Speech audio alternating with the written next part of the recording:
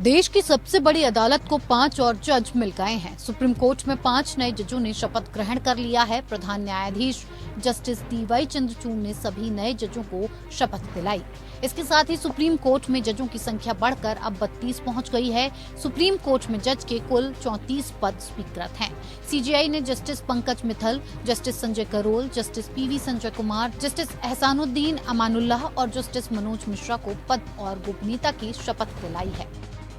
I, Sanjay Karol, having been appointed a judge of the Supreme Court of India, that I will bear true faith and allegiance to the Constitution of India as by law established. I, Puligoru Venkata Sanjay Kumar, having been appointed a judge of the Supreme Court of India, that I will bear true faith and allegiance to the Constitution of India as by law established, that I will duly and faithfully and to the best of my ability, knowledge and judgment perform the duties of my office without fear or favor, affection or ill will.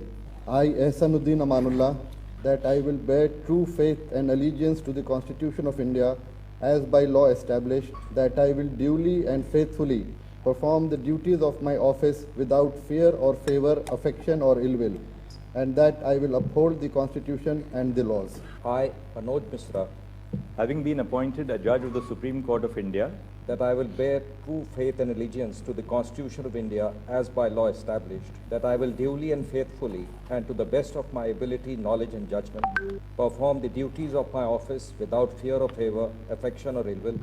गौरतलब है कि supreme court collegium ने पिछले साल दिसंबर महीने में जज के लिए इन 5 नामों की सिफारिश की थी, जिसे केंद्र सरकार ने अब जाकर स्वीकृति दे दी थी। सुप्रीम कोर्ट कॉलेजियम ने 31 जनवरी को सर्वोच्च न्यायालय में न्यायाधीश के पद पर पदोन्नति के लिए 2 और जजों के नाम की सिफारिश की है।